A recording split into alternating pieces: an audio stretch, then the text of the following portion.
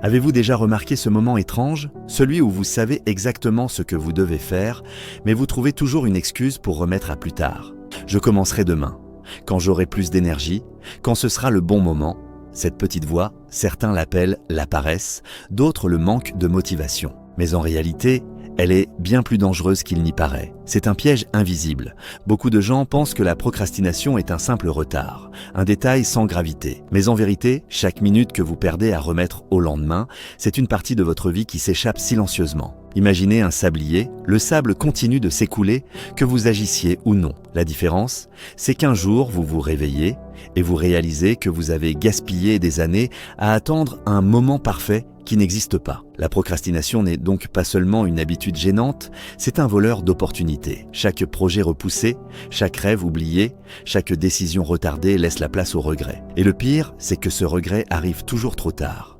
Une spirale sournoise qui vous vole votre temps, votre énergie, et qui vous empêche d'avancer vers vos objectifs. Mais la vraie question est, pourquoi ce mécanisme nous contrôle-t-il autant? Parce qu'en réalité, notre cerveau adore la récompense immédiate. Quand tu choisis Netflix plutôt que ce projet important, ton cerveau reçoit sa dose de dopamine instantanée. C'est confortable, c'est plaisant, mais c'est un piège. La procrastination, c'est comme manger du sucre. Agréable sur le moment, mais destructeur sur le long terme. Plus tu t'y habitues, plus ton cerveau associe « retardé » à « soulagement ».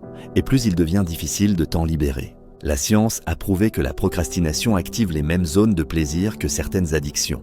C'est pour cela que tu peux scroller des heures sans voir le temps passer, alors qu'ouvrir ton projet te semble insurmontable. Comprendre ça, c'est déjà commencer à briser l'illusion, car ce qui te paraît paresse est en réalité une réaction chimique, une programmation.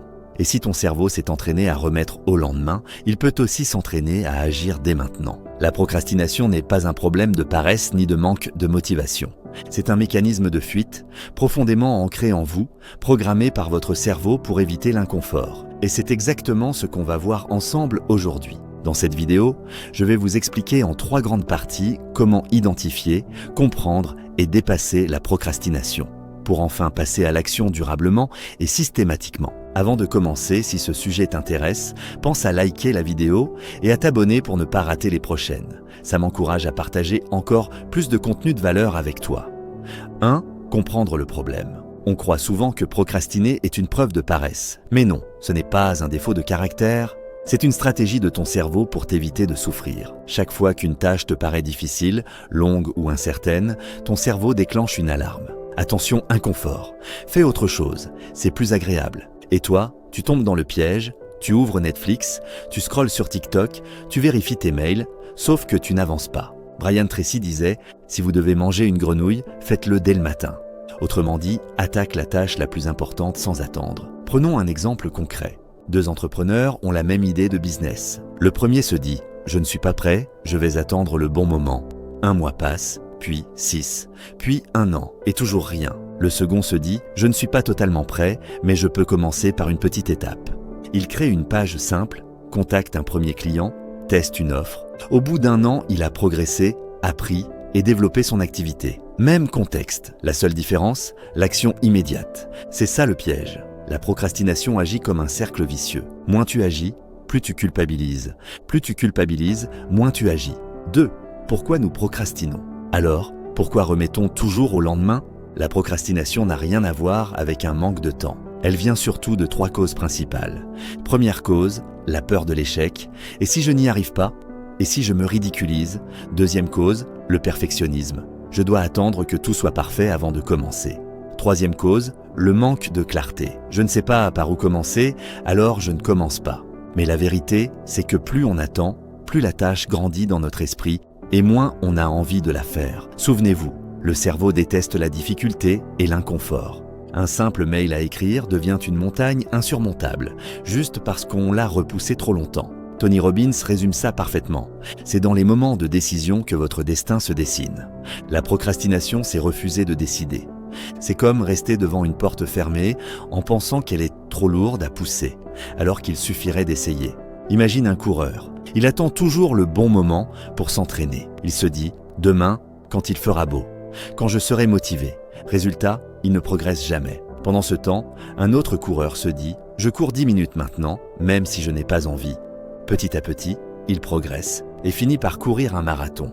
Question directe pour toi, combien de projets dorment dans tes tiroirs simplement parce que tu attends le bon moment? 3. Les 3 étapes pour vaincre la procrastination. La bonne nouvelle, c'est que la procrastination n'est pas une fatalité. Avec quelques stratégies simples, tu peux reprendre le contrôle. Voici un processus en 3 étapes. Étape 1, découper en micro-actions. Un projet énorme paraît décourageant, mais une petite action paraît faisable. Exemple, au lieu de dire « j'écris mon livre », dis « j'écris une page aujourd'hui ». Ton cerveau accepte plus facilement les petits pas. Étape 2, créer un déclencheur immédiat. Ton cerveau adore les habitudes. Associe ton action à un signal clair. Exemple, dès que tu bois ton café du matin, prends 2 minutes pour noter tes 3 priorités du jour. Cette routine devient ton déclencheur. Étape 3, récompenser l'action, pas le résultat. Ton cerveau fonctionne à la dopamine. Plus tu associes une émotion positive à une action, plus tu as envie de la refaire. Exemple, félicite-toi, célèbre chaque petit pas, même minime. La récompense renforce ton comportement. Exemple concret, tu veux lancer un projet en ligne. Ta croyance limitante dit « je n'ai pas le temps ». Résultat, tu procrastines. Mais si tu transformes cette croyance en « je peux avancer même avec 20 minutes par jour », alors tu passes à l'action. Au bout de 3 mois, ton projet prend forme. Autre exemple, un étudiant procrastine ses révisions. Chaque jour, il dit « je m'y mets demain ».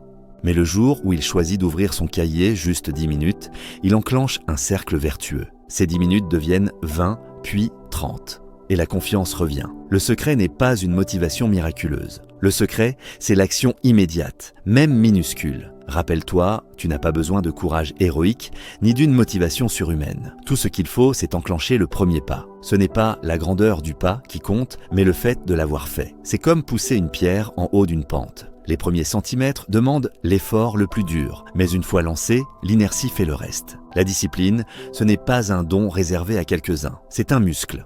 Et plus tu l'exerces, plus il devient puissant. Conclusion. En réalité, la procrastination est comme une ombre, elle disparaît dès que tu allumes la lumière de l'action.